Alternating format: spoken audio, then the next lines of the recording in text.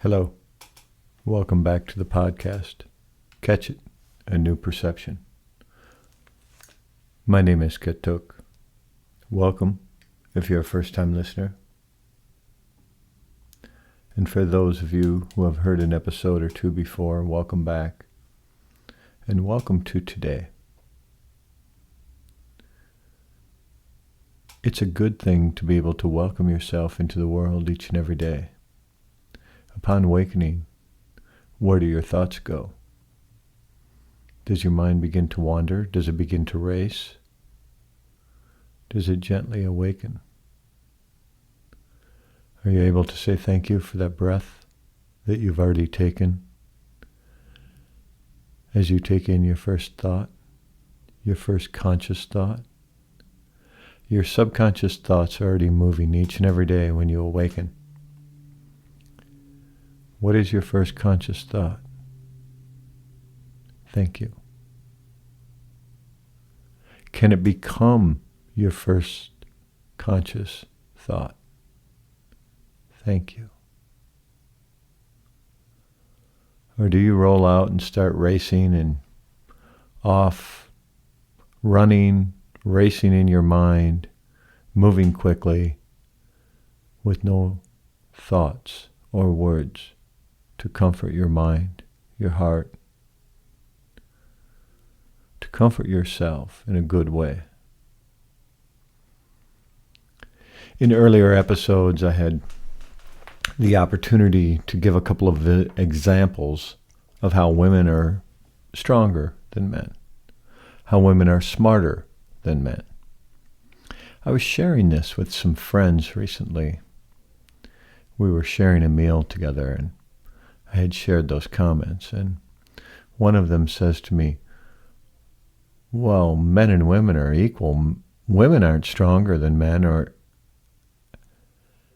and I hesitated and looked at her. I don't believe I said it outright. My thought was, I didn't imply that one is stronger than the other. I gave an example of how a woman is stronger at moments. In a certain instance, how a woman is smarter. Not that a man or woman is smarter than one another, or that a man isn't as strong as a woman. I think there's evidence that men can be strong in their own right.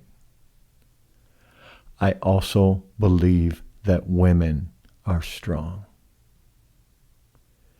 And by giving an example, I try to show the balance that sometimes women are stronger. It's the beauty of a relationship that I have with someone like my wife, is the balance within that, in how I have the ability to be the sensitive one at moments. It's not because I could give you an example of where I'm more sensitive than my wife is, that men are more sensitive than women. I don't mean to imply that. What I'm saying is that we have a balance in our relationship.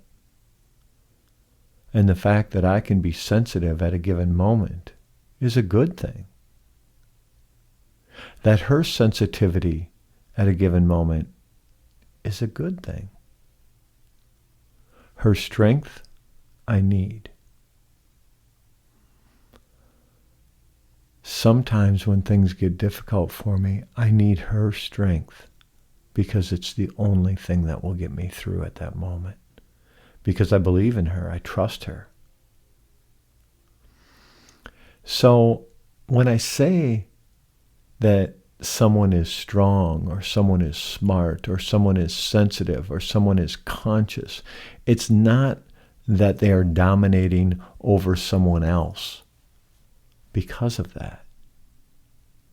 When I say it because we're equal. It's kind of like the idea, and I said this to my wife some time ago. We've only been married for a little over 20 years, so we've only known each other probably about 25 years, a little better, I guess. And I like the fact that I can say things to her and she knows where I'm coming from. There's a balance to it. There's a side where when I give 50%, I had said this to her years ago, I am willing to meet you halfway in this relationship. That doesn't mean that I give 50% and then I stand and wait. It means that I give 100%. And I give 100%. And I give 100%. Time and time again. And when I'm hurting, when things are difficult, when I don't know what to do or how to do it, and she supports me 100%, that's 50%. Is that she gives me 100% when she's capable, and I give her 100% when I'm capable.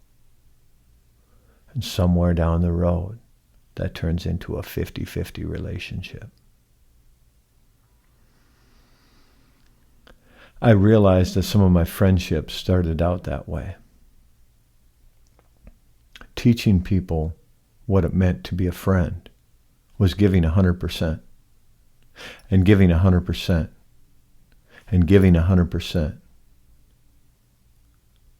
And one man in particular I think of, P.T. Vagabond, he goes by online. I don't think that he was conscious that I would just give him 100%, but what he was conscious of is that I was capable of being a friend, and he reciprocated. Now to this day, he'd have my back as much as anyone in this world, in whatever fashion I needed it. He'd fly halfway around the world to get to where I'm at if I needed it in a given day. Literally. Now, the reason I say this is because I think it's important that I don't give 100% and then expect something in return.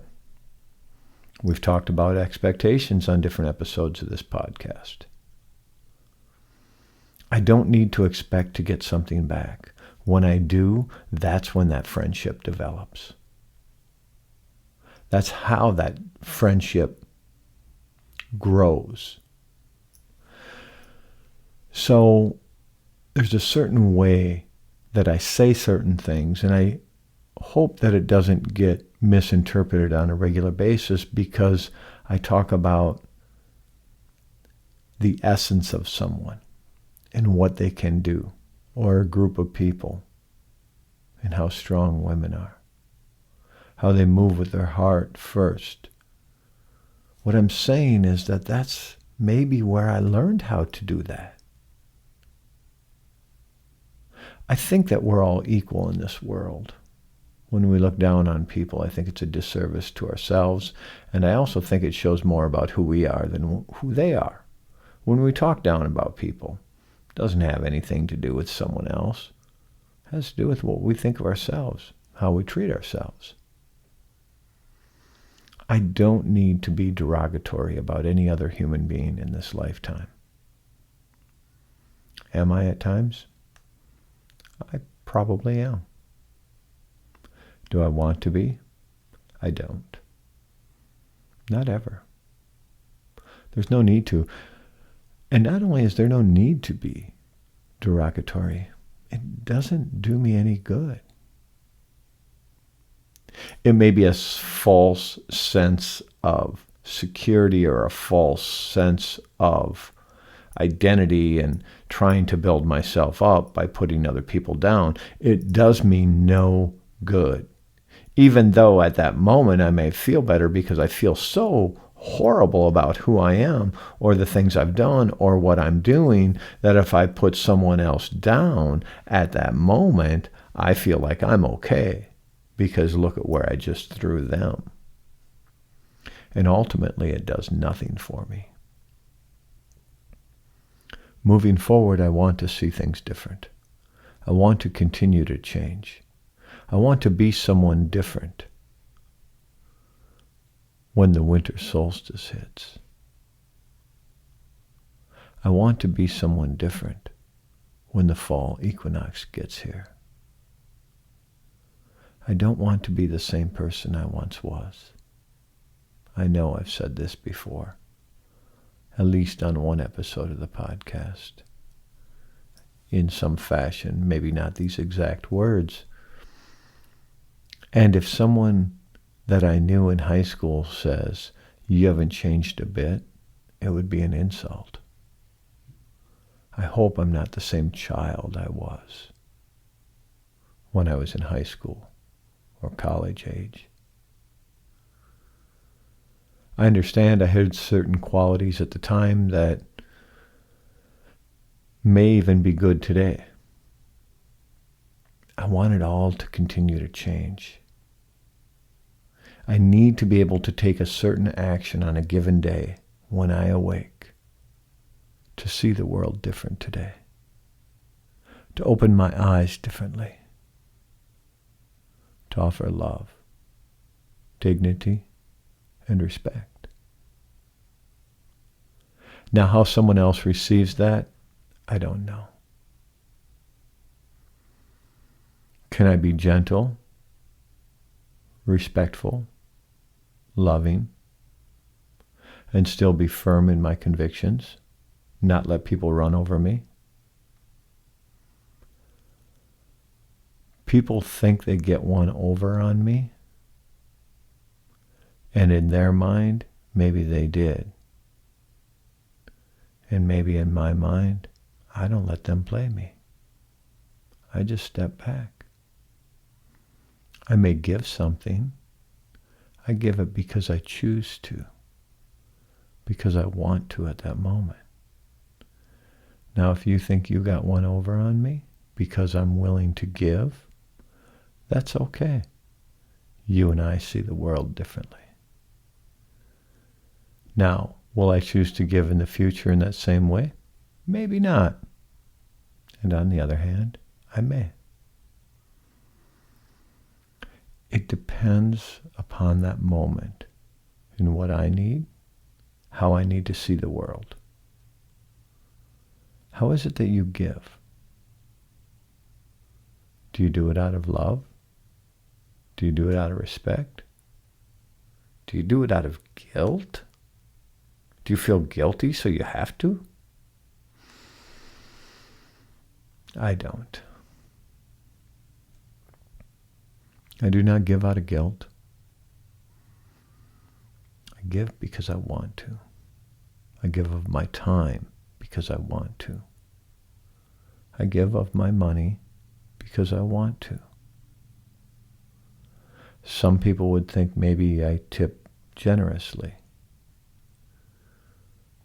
You know, part of that is, it's interesting because people want good quality, they want good service,